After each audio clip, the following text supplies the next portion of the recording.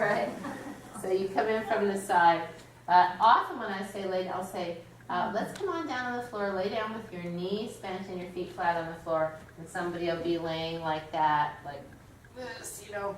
So then you can just come and say, if you just touch a little bit, this is tap, not a tap, tap, tap, but bend your knees.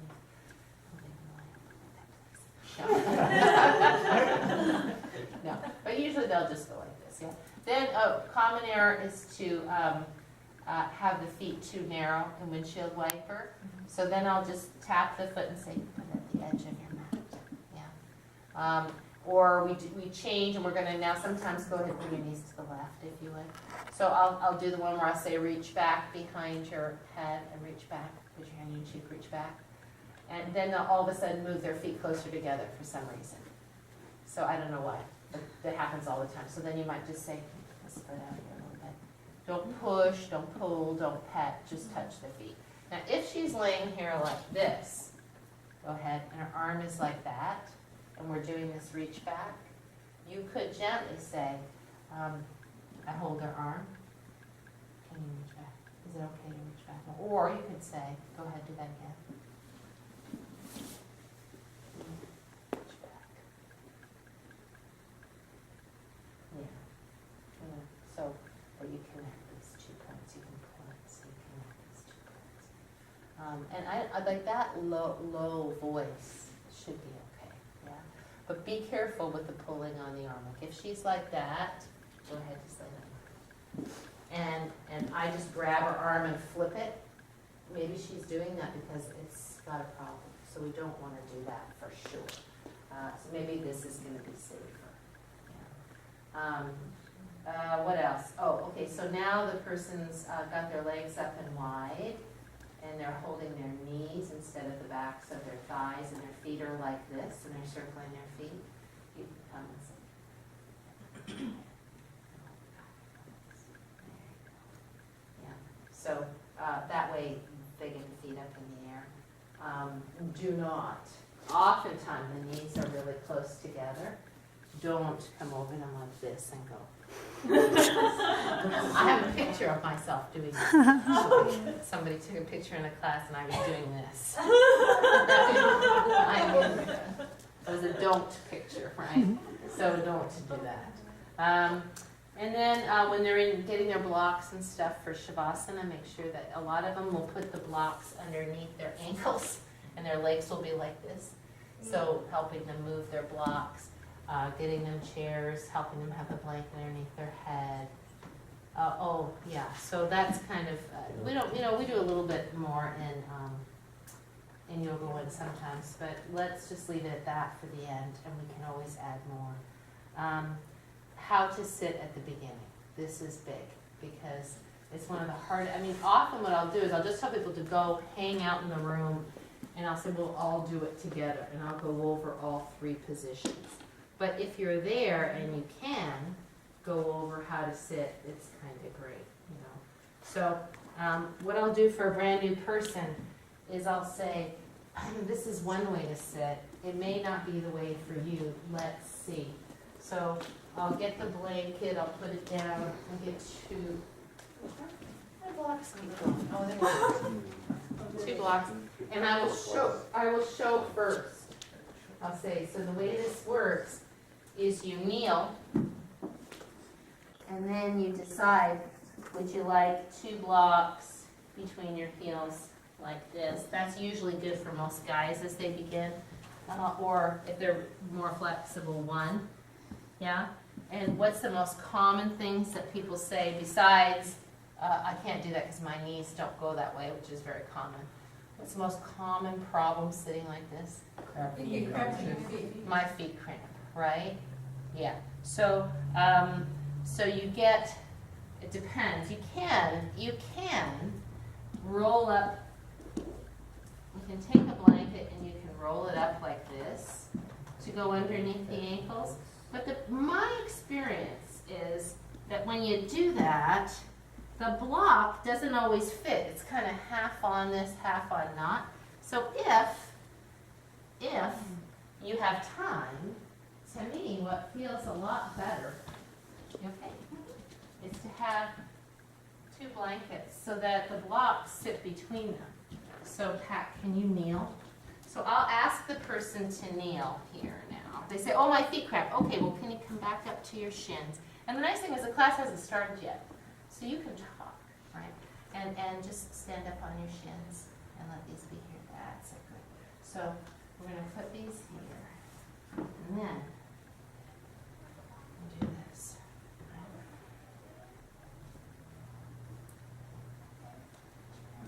So you give them a little support here, however, a little roll probably is good. And What did you say if they can't get on their knees? I'll get there. Okay, so something like that. Can you see that? So that gives them some support. And frankly, it's easier than trying to manipulate the blocks on the rolled blanket. And we have plenty of these kinds of things. And then you should ask them how your knees feel. Do your knees feel safe? Use the word safe. If they don't feel safe, then this isn't the pose for you, and that's okay. So then the next option, when they come to get out of this, you say, come forward onto all fours, and then you can take it out. Because you don't want anybody doing this.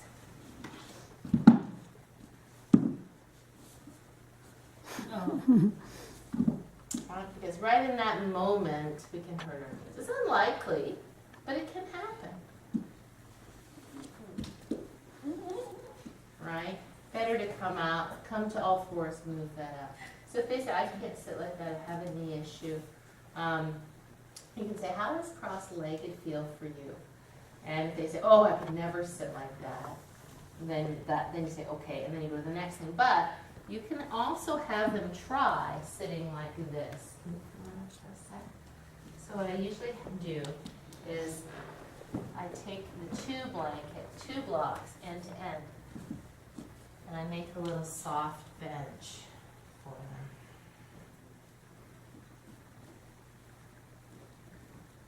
And then I have them sit on here. How would it be to sit on there cross-legged? Because that way it brings their knees down. And if they say, yes, sit up a little bit. See, her knees come down. A lot of people's knees won't come down. You can also give them 2 blocks to rest their knees on. And I'm not so specific that the shins have to cross. There's all that stuff about crossing your shins absolutely perfectly. As long as they feel comfortable, their knees can come down, their knees don't hurt. Do your knees feel safe in this position? Very common for a lot of people, do you okay if I move you? To get like this, and then to sit like this. And put your head up. Right? This is very, very, very common. So then you can come up and say, I can't touch your back. And then you're just going to do. Yeah. So it's this and this, right? Just to help you sit up. You say it's a little, it's nice for your back to sit. I remember too, like when I was sitting like this once with my feet, I see a lot of people like that too. The toes turn in. Yeah. Turn in. Yeah. You want the feet to be straight, not turned in underneath you. Yeah. And then it's sitting on, this big secret too, I think. And I say this in the class, so hopefully it'll be really clear, is that sitting on the floor is not more spiritual than sitting on a chair. Like because all the images of yoga and meditation of people on the floor, we think they were somehow less than if we can't sit on the floor. But sitting on a chair is just great because it's all about keeping a level pelvis. So then you offer them the chair. They can't sit on the floor. Okay, well let's sit on the chair. And then the only thing you have to teach them, because if you don't say anything, what are they going to do?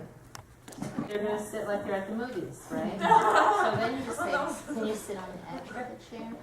That's it. Now, if it's a tall person, if it's Barry, can you come sit on this chair? You don't want to? I hate to take you away from your belly massage, but. So if it's Barry, I would probably have him sit down on the chair. If you have time, if you're in a hurry, you just go to it. And I'd say, this chair is kind of small for your long legs. Your knees are higher than your hips. Let's try this. And then I would give him, go ahead. Can you sit down on there? Yeah. slide forward a little bit so that your sit bones. Yeah, there you go. You must have been in my class. There you go. And then I would just do this and kind of help them to sit up tall, right? And often they'll have the knees too close and the knees wide, and you can say feet right underneath knees. Yeah. So those are the 3 ways to sit. Now, if a person absolutely wants to sit on the floor, but another way to sit is to sit like this, right?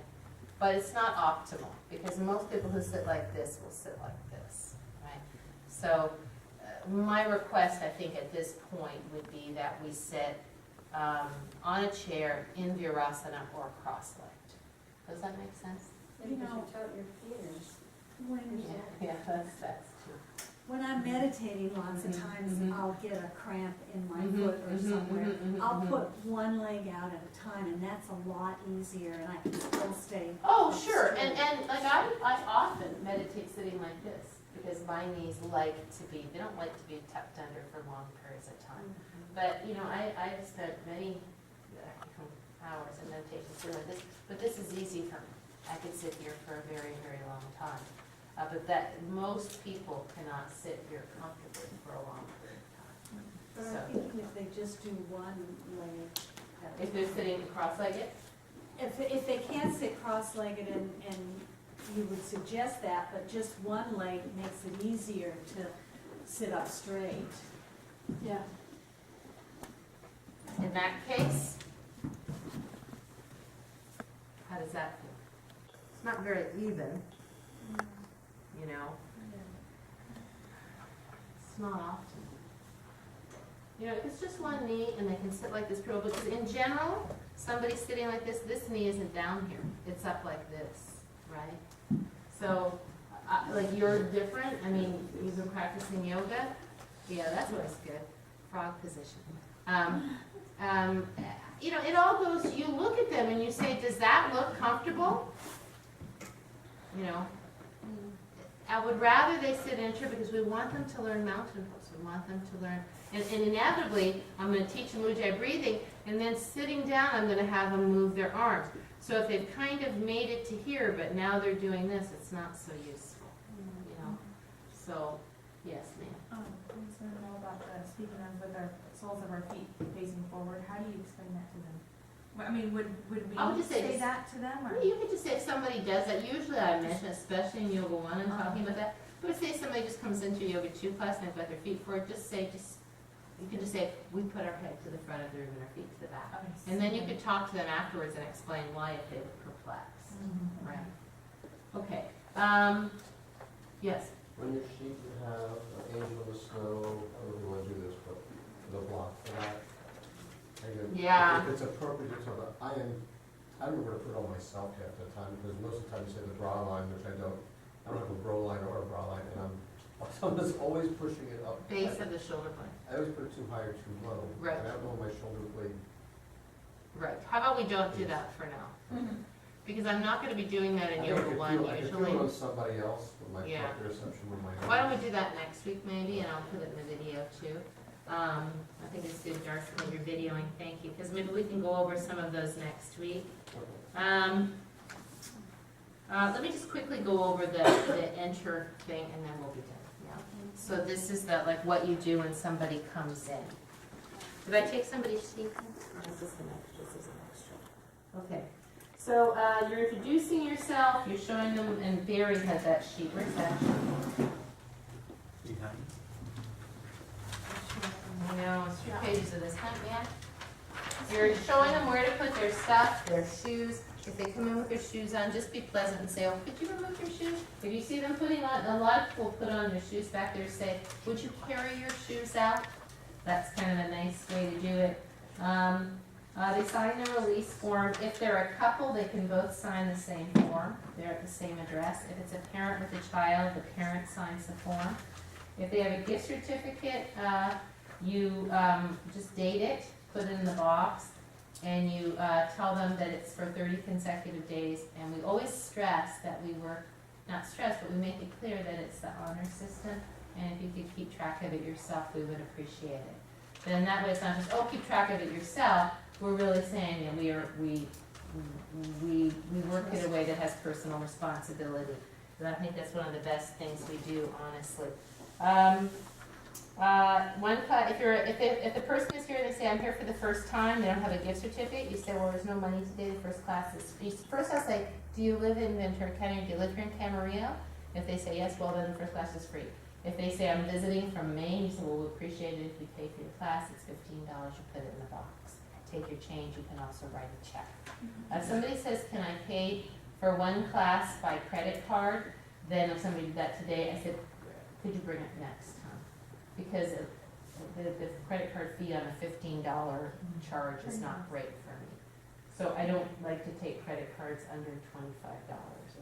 It's also just time consuming if people want to use a credit card. Write a check or bring cash for a single class. At the end, right then, if they're brand new, make sure they get a schedule. If they're in Yoga 1, say on the schedule, all the Yoga 1 and Ultra Gentle classes are highlighted. We encourage you to come to Yoga 1 to begin. If they have questions about, well, can I come to Yoga 2 to look at my schedule, then just have them talk to me. Makes it easier. Give them that Andy brochure, the one with Andy on the front, because that's got the thing about not wearing fragrance. And on the back of it, you can say, this is how it works in terms of paying after your free first class. But just so you know, the way it works is after their free first class, then they can do the $45 unlimited month, right? Just like you did. That way they can try all the classes, they can pay by cash, check, or credit card, and they keep track of it themselves. Audrey, quick question. Yes. I imagine it's happened to you. Awkward situation, you're back there, there's more than one new person. Someone has the gift certificate for 30 days free. The other person doesn't. Right. And they say, how do I get one of those? Or can I get a gift certificate? Yeah, I just would say that was a Christmas special, and we do that once a year. So the good news is that our normal unlimited month, first month is $45, so it's only $15 like that. Just like if you go to a special at Macy's, when the sale's over, the sale's over. So it's not like you can come in and say, hey, that sale you had at Christmas, can I get that? So we do have always year-round $45 per Yeah. month, Yeah. first month? Yeah, that's always, Oh, okay. right? And there was that, every member got a gift. That's why I'm just bringing this up now. Normally I wouldn't worry, we don't get that many gift certificates, we get some. But we will have a lot of people coming in with gift certificates now because all the members got a gift certificate to go to somebody, right? So I'm hoping all those people will come. Some of them have started coming already. So that's the gift certificate thing. And then you can say, do you have any injuries or any physical challenges that we need to know about? Not that Audrey needs to know, but that we need to know about. And they say, yes, I do. And say, well, hang on a second, and we'll make sure that Audrey knows about it and we're good to go. I love when they go, no, I'm fine. And they go, except that back fusion I have. People don't tell you what's wrong with them. Then help them get their props and their mat. And they'll be kind of standing there with their mat like this thinking, oh, this class looks really, really full. Where do I go? So then feel free, especially if you know some people in the class, or say, can you make room? Put the new people in the middle, right? So they're not right up front, they're not if possible, not at a wall. If there's somebody there that you know, say, would you mind letting Sarah be here, because if she's over here, she won't be able to see. And people are really good about You that. don't want them in front, you rather them in the middle. I let them in the middle, because then when I walk around, they have somebody to watch. Show them how to sit. One big thing that happens, especially when one class is going out and the other class is coming in, is the tea doesn't get made, and people like the tea. So if you can, go make tea, that would be great. Then, when they leave, being encouraging, talking to them is great. I would love you to post, as they all go, all of these Yoga 1 folks go with all their stuff there. It would be super great if you could teach them how to put their props away neatly. And I'll usually say it. I'll say part of our practice is to put the props away neatly. Anthony's over there, he'll show you how. And that is great. And then especially if it's a class where we're not going right into another class. If it is a class we're going right into another class, then if you can make tea, that would be great. And if it's a class that's over, I would sure appreciate if you would help me straighten up. I mean, I used to have to sweep the floors. The teacher never swept the floors, the assistant swept the floors. I would appreciate if you'd help, because it just feels weird to me when teachers walk out and I'm there going, okay, I'm gonna straighten up and all this stuff. Because we're all in this together. So if you can help me, that would be super great. And that just means like looking and seeing, you know, this, the blanket needs to be straightened, whatever. Do you feel like that's okay? Yes. During Shavasana, what's the ideal spot you want us to be? Like in the back, right there, like waiting for the props, or in the? Yeah, it goes to how many people are here. Oh. If the room is packed, I mean, if the room is packed and I go to sit down because I'm still talking them through it, and I sit down here, and there's a ton of people right here, it feels really uncomfortable to be laying there relaxing as a beginner when there's somebody right at your feet. Because you don't know if they're watching you the whole time or what. So I'll often just step out here. I mean, if there's only people up there, then just sitting down here is fine, or walking out is fine. It's just you want to be situated before I say, and I start going, you know, breathe into this. Unless, if it's a big class, you might still be walking around giving people, I don't mind that at all. I mean, I would rather you walk around and help people get their props, and I'm kind of watching, so I'm going to wait to get into the deep relaxation a little bit until people are kind of situated. Yeah. I have a big question, you may not want to take it up right now, but when you're talking to people about the ailments they have, some yoga practice get really detailed, like high blood pressure and menstruation and, you know, every possible thing that could be going on, what you should and shouldn't do. So what's your level of, what do you want to know? What do you need to know, like shoulder, you said, or I will, well, for sure, you and I will be there together talking about it, so they're not gonna have to repeat it twice. So don't have them tell you and then say, now let's go. We'll hear this together. I just say, do you have any physical challenges I need to know about? That's all I say. And I haven't had any problem with that. Sometimes people will say, usually it's a guy, and then the wife will say, well, what about your torn rotator cuff? You know, but that's all I say. Usually they'll tell you in that. And because if they have high blood pressure, we're not doing anything that would hurt their high blood pressure. If they're menstruating, especially in Yoga 1, Yoga 2, we're not going to do anything that would affect that, really. And I think especially when people are brand new, they don't want to have to do a whole health history. So it's a kind of need to know situation. You know? Yeah. Yeah. Sorry. Either one, That's fine. you guys figure it out. So when you ask that, do we ask, how do we say that? Do we I say would that say, to do you them? have any physical challenges we need to No, I mean, like, do I say that, and then if they start talking, say, oh, let's talk to us Because about it? let's go talk to, you know, Okay. and if they say, no, I'm good, then you say, great, okay. Okay. And if they say, yeah, I do, or I have a shoulder, so well, hang on a second, and Okay. let's just make sure Audrey knows that we're all on the same page. Then that way you're good to go. Lisa, general assistance get from people. So again, you're just helping them to have an overall positive experience. You don't really care if they learn anything the first class, other than this is how a yoga class kind of goes. That's sort of the main number one thing. Because we're hoping they're going to be here for a long time to come. Audrey, may I ask a question? Yeah. On that Yoga 1 class on Monday morning, there was a woman, new student, who was wearing shoes. And I'm wondering what that situation was. Right. So, and we will probably see this a little more than I would like, but it's kind of is what it is until we figure out how to handle it. She had had a calf tear in which she needs to wear a special orthotic so that her ankle doesn't bend too much. And so she brought sort of ballet slipper type shoes that would hold her orthotics that don't go outside. And she said, would it be okay if I wear these shoes because my doctor wants me to keep my orthotics in at all times? So, of course. The challenge is, you know, I can tell you for sure that there are lots of people in our classes that pronate. And probably wear orthotics when they're outside. But when they're in yoga, we still, as much as possible, want them to be barefoot so that they can experience placing their weight in a way that doesn't sink into what's already happening. So they can, And the big thing is with the shoes all the time, is that you can't stretch out your toes.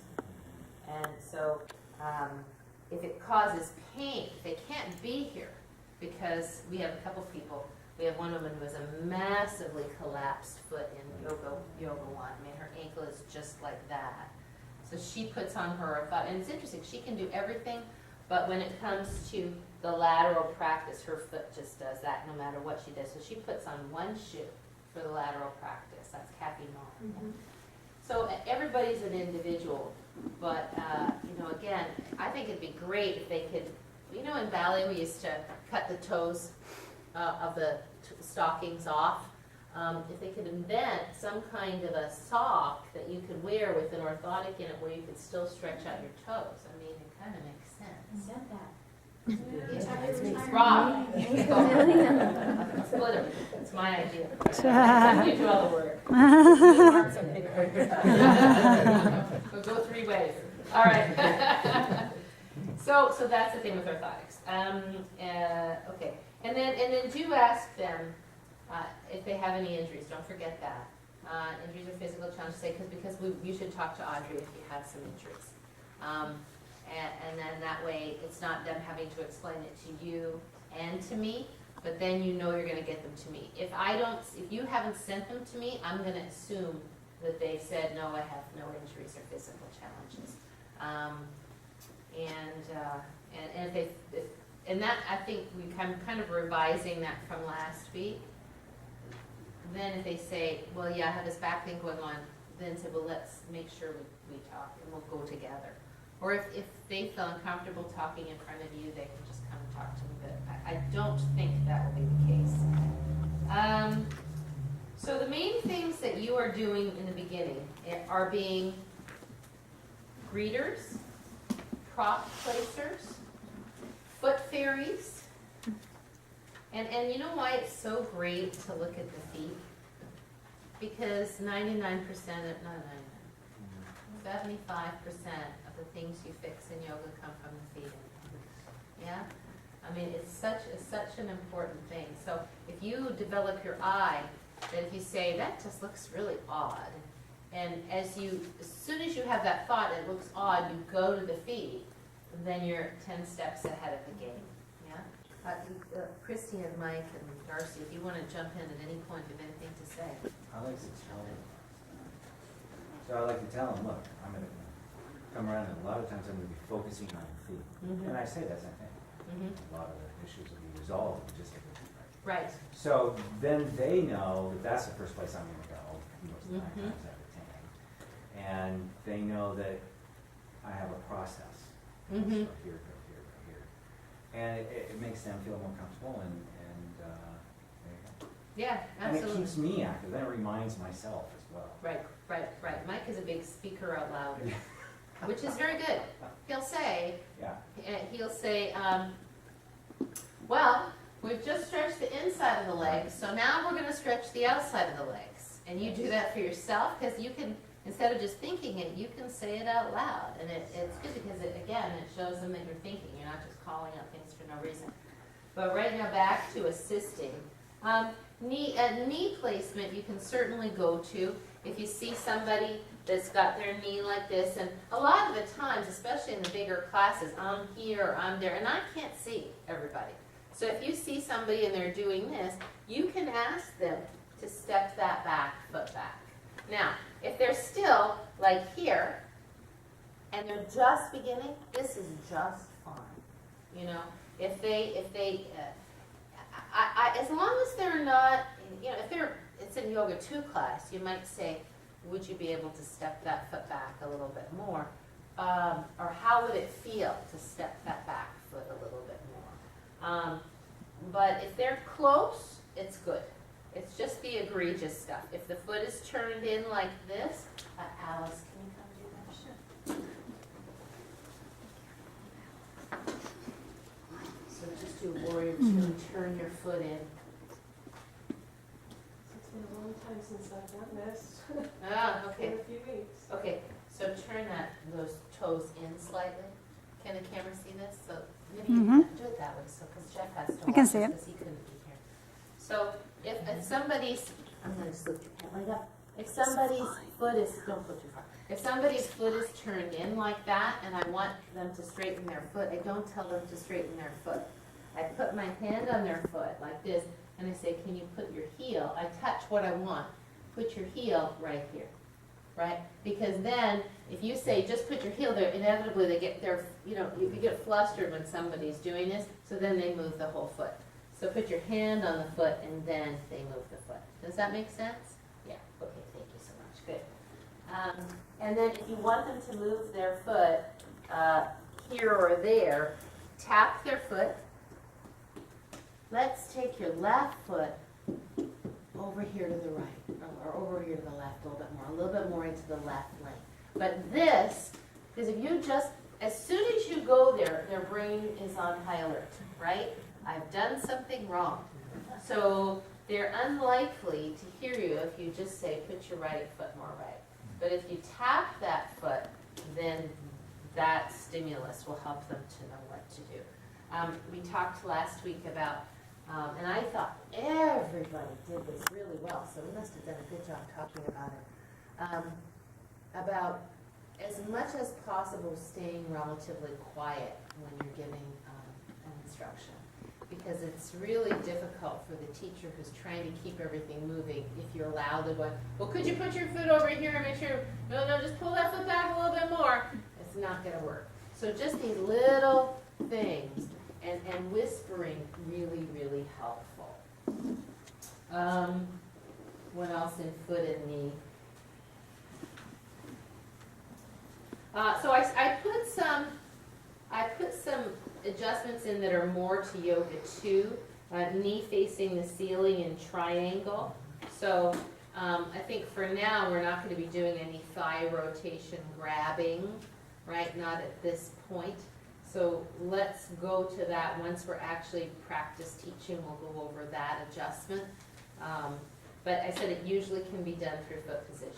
Generally, if the foot is in the right place, the kneecap will face the ceiling relatively. If you see somebody, say in a Yoga 2 class, who's massively, their foot is straight but their knee is massively rolled in, I think it would be okay for you to come and just gently do that. Yeah. You could say, can you bring the knee gently toward the ceiling? Yeah. I mean, and that's quite common. It's quite common for people to be in triangle pose with the knee, you see, rolling in like that, yeah. So I think that will do it. Just a little hand, and then it would be, Paco, can you do it, please? Thanks, appreciate it. Yeah, just left foot forward, triangle, fake it. That's it. Yeah, move this foot here. That's it, good, okay. So pretend you're in triangle, let that, don't go too slow, let that roll in. So I think something like this, just see how I just have my hand on the thigh and here, bend your knee a bit, and kneecap faces the ceiling. Just like that, yeah? Not a big, I mean, there's the big thigh adjustment, but that would be a safe and one that I think everybody could do. Mike, would you feel comfortable doing that to somebody? You do that, yeah? And would that be partially because of hyperextension too? Yeah, because they're hyperextensive. So that's why you don't want to, when the leg is straight, you don't want to start cranking on it. So you say bend the knee a little bit, just a little bit. And I usually put my fingers here, and then I rotate. Yeah, yeah. And again, if it's foot position, don't start cranking on the knee. And you haven't, thank you so much. If you haven't looked at the foot, because that would be kind of a big error, right? Relative. Okay. How do they activate the thigh to pull the kneecap up? Mhm. Especially if they're hyperflexible. Right. So, and I'll tap. Now, let's see Right. if we can move this up. Or just put your Yeah, hand right here and say, yeah, I'll do lift your- this. yeah. See if we can activate this to move this up. I'll move. Yeah, And yeah. that's a pretty comfortable adjustment for.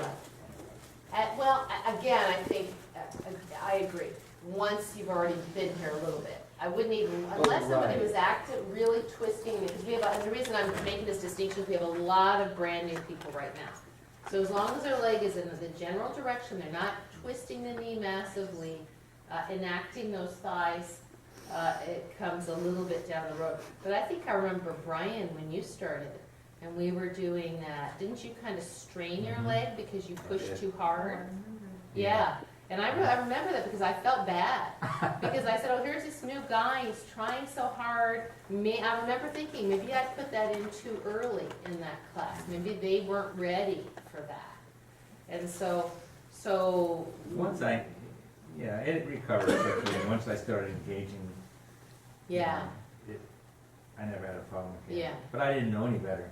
Right. Well, and the tricky thing is when you tell people to lift the thigh, if they don't really know what you're doing and it's not a one-on-one, oftentimes they'll push the knee down and back, and so then that can cause a little bit of a problem. Oh, Right. So, but I certainly think that's important, and I absolutely teach that. Hip position. So the hip position in the flexion extension poses can really be fixed by the 3 lanes of traffic. I mean, when we're teaching Vinyasa, feel free to walk around and get that foot over to the side. Spin the heel back. If you see someone that's got their heel here like this, just ask them to spin the heel back. Another common error in Vinyasa, I'm going to turn this way, is that people are like this, right? So ask them to come up on their fingertips and straighten the leg a little bit more. And if they can't get to their fingertips without being like this, then give them some blocks. They don't have to be, obviously, in extension when they're over the leg. The back is rounded. But you don't want to feel like the weight is coming forward into the knee. So always encouraging the weight back is, those are good adjustments for you to make right now.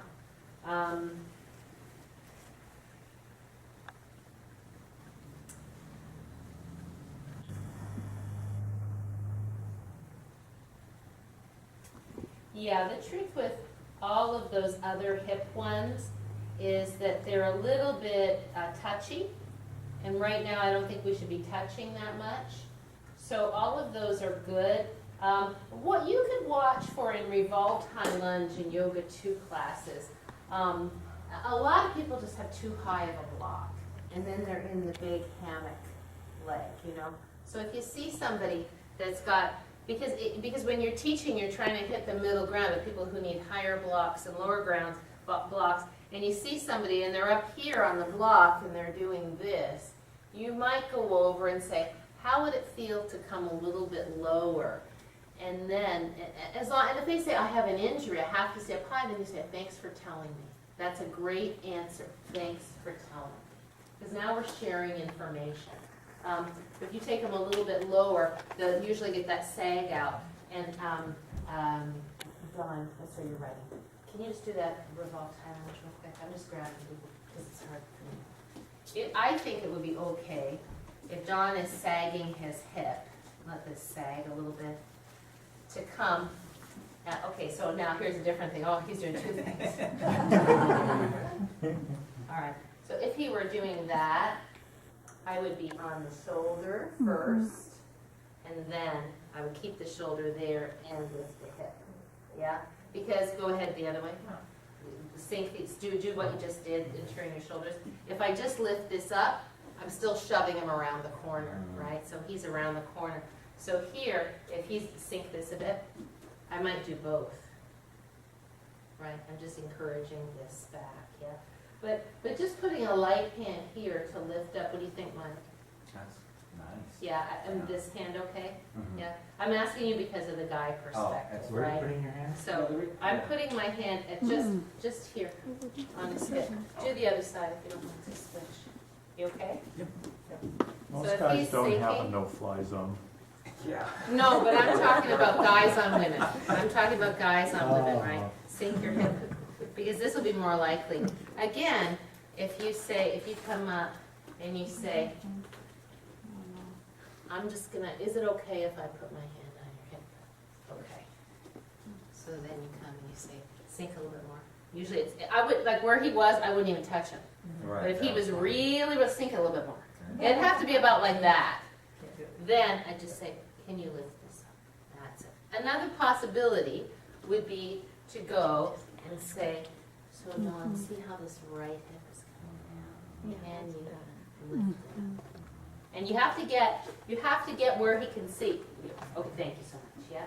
So that's another possibility. Because you think about it, it's kind of odd, especially if they don't know you yet. If you're there, they're there, and you say, "Can I touch your hip?" And they think, "Where am I hip gonna touch me?" Yeah. You know? So, yeah. You know, I like doing that next to people.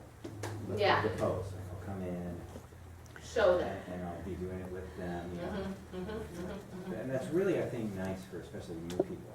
Mhm. It's like their first class. Yeah. Right. It's nice to have somebody there. Right. A lot, I noticed in any yoga sequence, a lot of people coming up with their back curved and the arm is kind of following afterwards. Is there a quick and easy solution for that, or? Yeah, you can say, when you come up, you can say, see if you can get your arm to your temple right away. So, or you could say, arm a little faster, you know, to get the arm up a lot. Yeah. But yeah, another thing is to see again, I think at this point, in this moment in time, that's about all. Because if somebody's doing that, then there's a more vigorous adjustment that's very useful. We went over that one before, right? Can you do it real quick? Rod, you want to do that? What we doing? Yoga. And it works like a charm, but right now you don't have the authority to do this. Yeah. Just go down and then come up with a kind of curvy. Put this hand on your sacrum, and then start to come up with a curvy back. Okay, now watch him do this a couple times. Because just hang on, sorry about it. Sometimes the person is just kind of half asleep, and they come up with a curvy back just because they weren't thinking. So I'll always watch to see if they do it again. Because if they do it again, then it's probably not an accident, right? So now I know he's been coming up with a curved back. I just put my hand at the thoracolumbar gesture like this. Go ahead. See, I just stabilize that. And then I always have, because as they go right there, do you see how he hit that point where my hand was go a little lower and come up again? Do the whole thing again. So as he starts to come up, he's going to get to here, and he's going to be like, wow. Yeah. So now I put my hand here, and I stabilize this whole structure. Are you putting a lot of pressure on his back right there? Really? I mean, No, you know no. You know it. Yeah, thank you. No, it's just mostly, it's just a feeling of stability.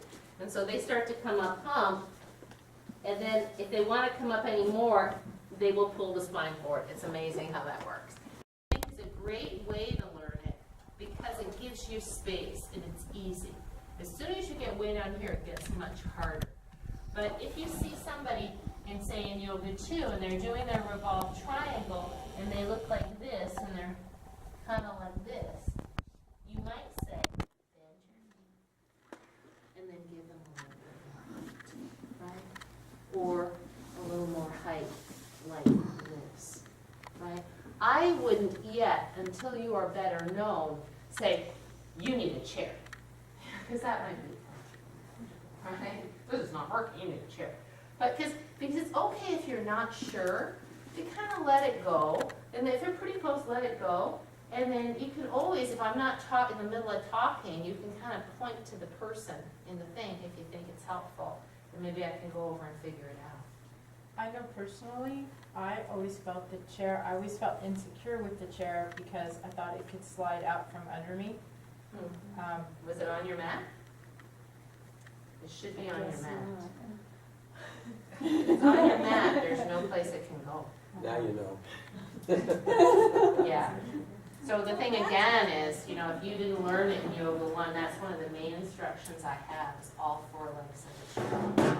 So it's not going there, so I wouldn't probably worry about that too much. Okay. So feet tapping, block adjusting, shoulders back, and then now we're on the chair and feet distance. Many people will have their feet too close.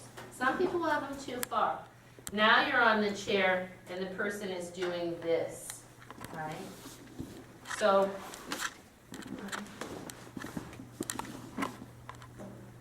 I don't know. I guess we could do that. Want to come and do that? This is such an easy fix that I think it should be safe for everybody to do. Yeah, that'd be good, yeah. And just put your hands on the chair there. And that's it. Bring the chair closer. There you go. All right, nice. Okay, so go ahead and do the go around the corner one. Right? So, yeah, that one, and reach your arm. And go around the corner. Yeah, so this is the adjustment. Right, very simple. One hand on waist, one hand on shoulder. Right, and usually they come with you. And I'll usually just say, feel this arm like a post. And if his shoulder is up around his ear, go ahead, do it. Then I might just pull this down. Does that make sense, everybody? Do you think that's pretty easy? Yeah. Is this a guide for everyone? No, I think this is okay for guys too. Again, I'll just suggest that, the first few times you're touching much, much less. Then you touch a little bit more. Yeah. Can you use the exact number you use with the lanes and traffic for them to know? Is it the floorboard, right? Right. I'll usually say, when they're standing in mountain pose, like one of these floorboards approximately, when they step back, maybe two. Yeah? So it gives them a little bit more width for their hips. That's also 2 fists. Yeah, but the floorboards are down there. I know, Are you- but it's about the same. Yeah, but I personally wouldn't use that analogy unless I was really talking about it in great detail. Say it's about this, it's about the distance of your fist, because then the person has to stand there and kind of figure. They look at the floorboards, it's pretty easy. They're already there. Is this floorboard or is it like a mini? See these floorboards? I'm They're- overanalyzing, sorry, but. Yeah, yeah. There's kind of three. Oh, I just say a wide middle lane. Okay. I mean, a wide middle lane. Like there's a third leg in the middle. Yeah, like a whole foot. See, it depends how wide your foot is. That's why I like these floorboards. I mean, we should paint them with black lines. I know. Audrey, could you say, if he's going around the corner, look forward, would that? You sure could, yeah, absolutely. Say somebody's doing this, you can go, can you do it, please? Go that way if you don't mind. The only problem is they don't always see it, just do it right on the chair if you don't mind, and look over there, go do your dinosaur there. No. Exactly as you did before, I'm sorry, oh, like this, yeah, but look over there. Other foot forward, there you go, now go around the corner. So I could go, look over there, right? So, but it's leading from the head. If it's just simple, if they're doing this, but they're doing that, then you can say, yeah. So that's sort of good, both are good, whichever seems to work. When you put your hand on his waist and you pull the shoulder down to the back, is that just to stabilize it or are Yes. you actually pushing? No, I'm stabilizing. Yeah, because whenever you make a pulling adjustment, you have to have a stabilizing hand. Did you see that, thank you. Did you see that, I did do the notes on Unit 6 muscles. And while the first part was a little bit annoying to me, I thought the second part was relatively good. I mean, it wasn't everything they could possibly hope for. But they did talk about fixed muscles and fixators and synergists. And that's good to kind of think of. That if I am doing a movement like this, I have to have a lot of other muscles active than just my shoulder muscles to fix me in place. Otherwise, I'll be turning from my waist, I'll be rotating my other shoulder. So the fixing muscles are the stabilizing muscles that allow, right? So similarly, if you're moving somebody, you have a fixing hand so that if you just pull them, say I just pulled them around, his hips could go like this, right? So that just kind of tells this to stay in place. Yeah? Okay. And we'll get into those kinds of adjustments a little bit more. Again, we're just sort of starting this. Maybe we can do a little bit more of that next week if you can make it. If you can't make it, we can video it. So there's that, there's this, there's this. Okay, so in the warm-up, common error. Cat stretch like this, or on the floor, cat stretch like this. That's just one of these. Right? If you see the person, doing that, you can just do one of these. And honestly, I'm not unhappy with you touching people after the first few times, because that's such an easy one. It's so much better than pull your shoulders out of your ears, and I'm going, shut up, because it's interfering with what I'm trying to do. I'm not going to say that, but just be aware that it does take away from whatever else is going on. So the little, it's easier to do with the hands better. Can you do cat stretch, Anthony, right here, if you don't mind? So now we're doing cat stretch on the floor, and this is often something that people do in Yoga 1 and in Yoga 2. So they've come forward, they've arched their back, and then they're doing something like this. Do you see how his wrinkles are doing this here? They're coming in. I would put my hand right here and say, press this up into my hand. But drop your head. That's it, this way. There. And then shoulders direct. See how much I'm touching? Now press way up here so that you feel stretch through the upper arms. You don't have to sail up, you can say, feel the stretch. This is okay for a guy too. Again, once you've been in the class a little bit, they know that. And then when he glides back, go ahead, do it. Yeah, you can do something like this. Thank you. Can you come to child's pose? When they're in child's pose, often, I'm going to pull you and push you a bit, they'll be kind of like this, right? Because their bottom can't go very low. So then, if they didn't hear me and they're not getting it, you can ask them to put their hands underneath their forehead. Put your hands underneath your forehead. And often what people will do, see how he's got this, is I will say, put your hands one over the other. And then see how this got softer and broader. Now sometimes what they'll do is they'll put their forearms over one another. Go ahead, do that. And when they do that, this is all bunchy. So then I'll just say, that's it. See how that gives them more space through there. So you're just looking to whatever will help them so that they can be relaxed. If he can put his arms like this, that's fine. He can just be relaxed here. Yeah. So that's kind of that. People laying, they're just laying on the floor. Thank you so much.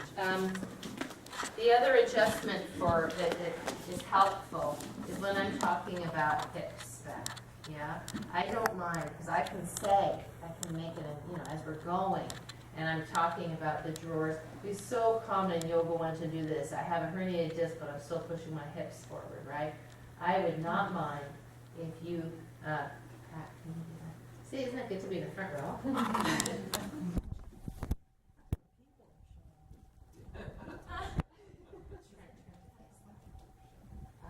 Push your hips forward on the side. So probably they wouldn't look quite like that, but they might look like this. It would be okay to come and put your hand on their shoulder and your finger here and just do that. Well, I would do that. Yeah. So if you're going to push them back, here we've done this adjustment. You stabilize the shoulder blade. This is really okay. Yeah. And then you make sure they see you, and you make sure you smile so they know it's okay. Because I'll say the hip fairies are, thank you. The drawer fairies or the hip fairies are here. So and sometimes you can't do there. You said don't do that. What was I couldn't So I pulled her hair. Her head is like this, so I just went like this. You did that to me before. Well, sometimes it's just so convenient. Right here for it. This way. Yeah, don't do it to a new person, right? So that again, especially because it'll be fun to have you there, I'll call things out, so it'll make it okay to do that, yeah? I mean, if somebody's obviously struggling and they're just trying to get their arms up, you're not going to go to them. If you see that somebody is nervous, someone's tenuous, just let them be. But if it's, we have a couple students that have been here for a long time and they still stand like that. They don't mind. I did this whole lesson today and they were like, I'm so glad you did that because I always forget, right? So it's okay to do that. Palm tree. So Victor, you want to do it just so I leave these guys alone a bit? So if you don't mind, face them. So, because I do palm tree a lot. Okay, so let's take right arm, palm tree. And now, here's a person, and they have their arm like this, right? So, I'm going to come around, and I normally I would do this from the back, but I'm going to say, I'm just going to touch your arm like that. And I'm doing this, yeah. Can you see this action? Right. I wouldn't. Nice. Or you can come, say, do it wrong again. say you come up from this side and you say,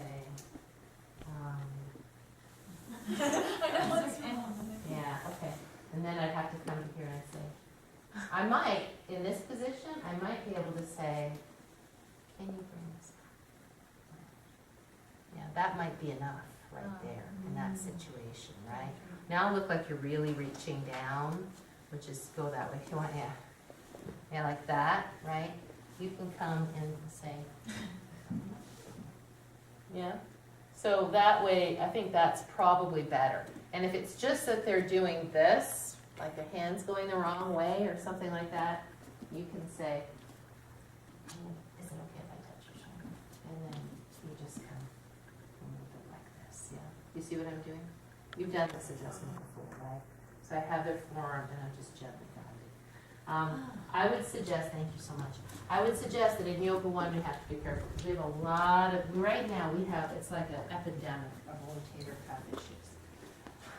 I ran into one of my students today who hardly ever comes, but when she does, she's so lovely. In lessons, and she walks in like this. Are you okay? She goes, oh, I don't know, it's just my shoulders. She said, I've been trying to do downward facing dog and stretch them out, but it's just, I'm sailing with my kids and it really hurt my shoulders.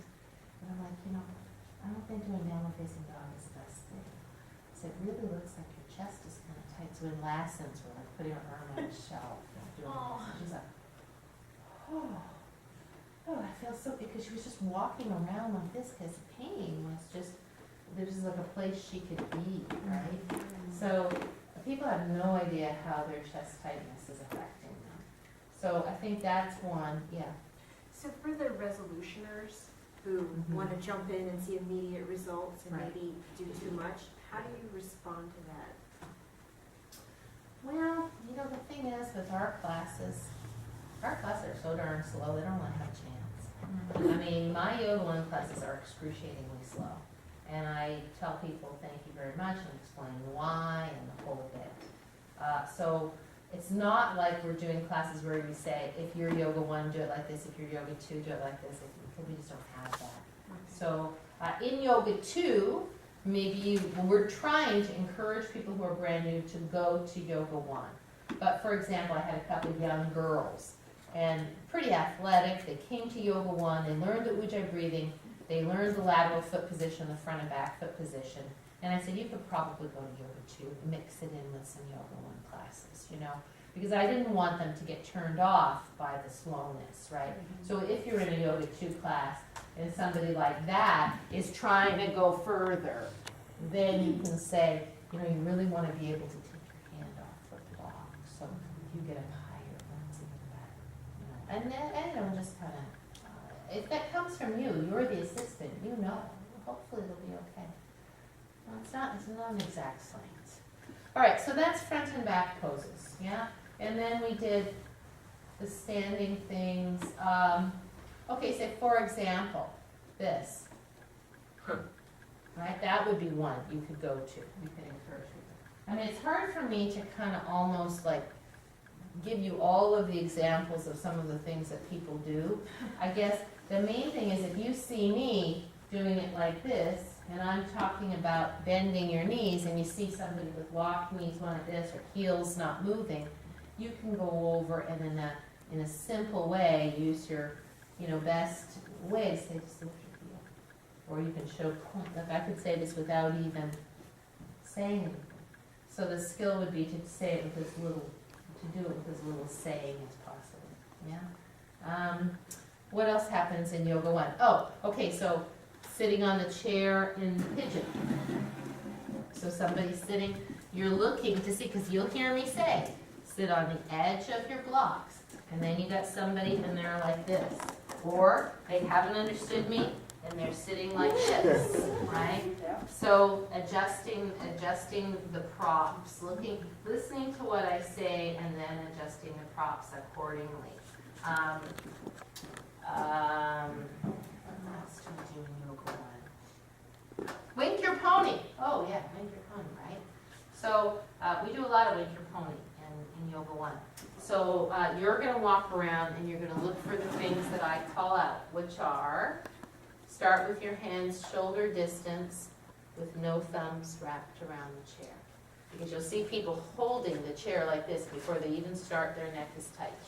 So you can help them to put their fingers over the edge of the chair. And then sometimes they do this because they think, now I'm not supposed to touch the chair. They hold the chair, right? And then if they're like this, you're looking at distance. What does this tell you? Too close. If they're like, oh, put this on your neck 'cause I don't want to slip. If they're like this, too far, right? The heels should be able to be on the floor. I know we haven't really gone over Wink Your Pony too much yet. And then the common error is not to bend the knees, right? Or to look over the arm. So if they're looking over their arm, you just point and say, look under here, yeah? And then when they bend their knees, sometimes what do? They go toward, I don't even know how they do it. They go to like this, yeah? So the weight goes in the bent knee, and then we look under to stretch this way, yeah? If they're hanging like this, if you're a woman, you could probably adjust this. If you're a man, you're probably going to have to come and say something like that. Can you hang?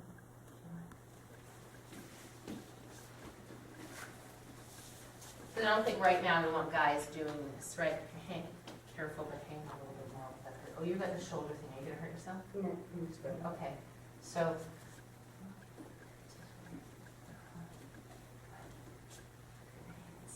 Keep your wrists. See how I lift these wrists up? That's it. Now hang. So don't hurt yourself. So this is it. It's just this. Right? I'm just lifting it up like that. Yeah. So if you're a guy right now, we're not going to do that. I think over time that would be okay. Then, as they go ahead, bend your left knee. This is the adjustment. See how I hold them up here? This one hand under the ribs, then go the other way, bend your knee. And sometimes they're just sinking so much that you may have to say, can you walk forwards? Yeah. And then when you do, you might just point out, because when we're winking our pony, it's kind of pandemonium in here anyway, because there's a lot of people doing it. It would be okay to take them out and then to show them, and it quietly puts a lot of force in your shoulders. I see you down here. I'd like to see you here. And then, as they do it, you can say, is it okay if I touch you? And then you can help them with that if they don't feel that. Does that make sense? Any other question?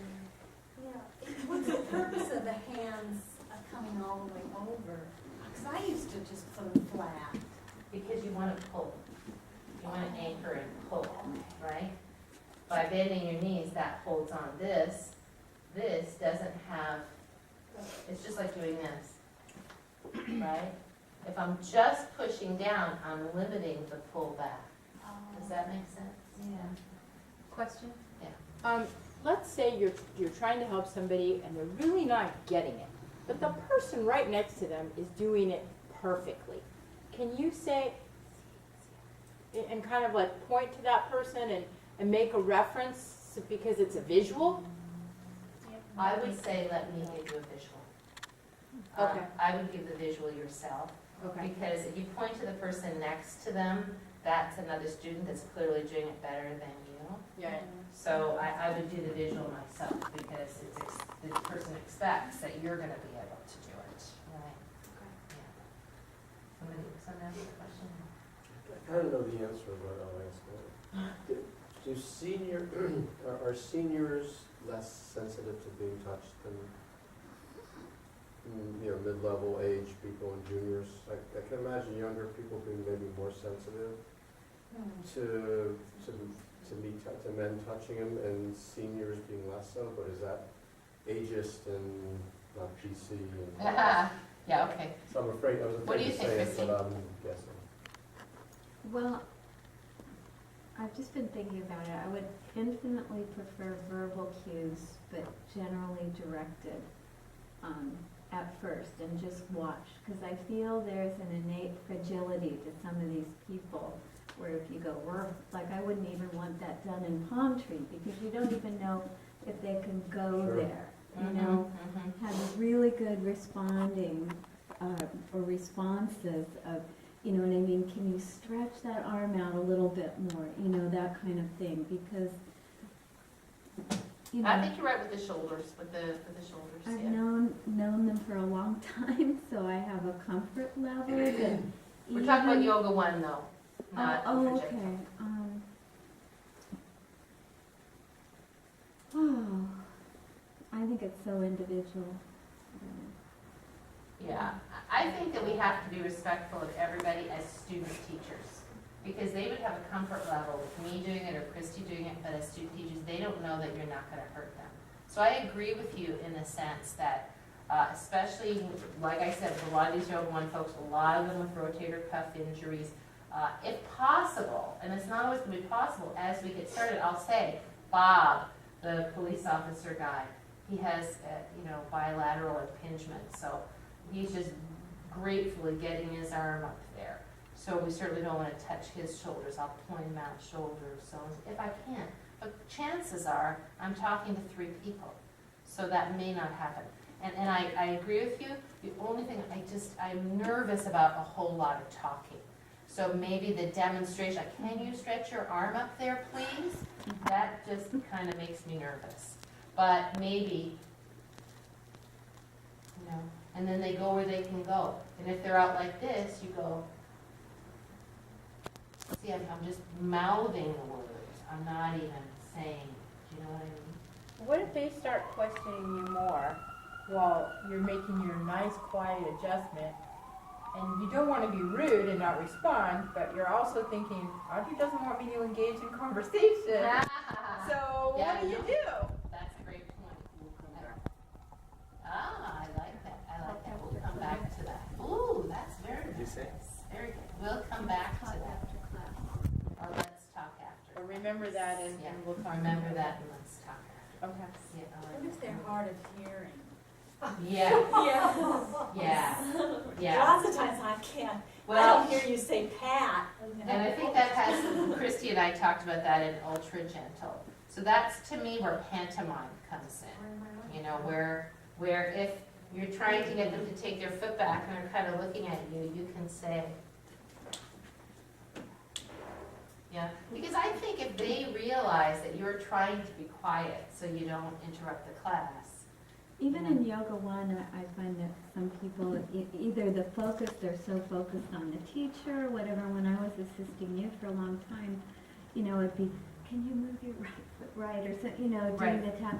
What'd you say, dear? Right. It would be like, Yeah. the sweat starts to And then you be. say right foot right, yeah. You know, Yeah. I have like 85% of my right, so I have seen you do that to me, and I know, I can see what your language is telling me what to do. Right. I think you become good at pantomime. It's just when you call my name and I'm like, did you just say Annie? She goes, "Oh, okay." Right. Every time you talk to someone No, I else, said it's Stanley. different. All right, so now let's talk about getting down on the floor, because I think that all of these things will become evident, because we're going to do small things first. We're just gonna enter the room and get the props and look at feet first. And then, then we can meet again, and next time we go, we'll talk, each time we meet, we can talk about adjustments, all that stuff. When they get down on the floor, if there's somebody who has a pillow, and their head is, or they don't have a pillow and they're like this, which is very common, right?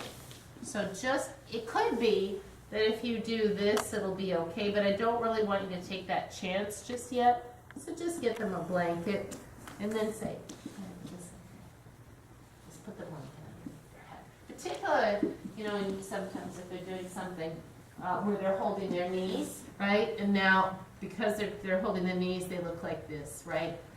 It's okay to have a blanket under the head. And in Yoga One, I offer a blanket quite a lot, because I'd rather let them have a blanket than not have a blanket and need one. Does that make sense? Yeah? So that's for hugging the knees in. Sometimes people will be like this, right? So you can come and just gently take their hands and say,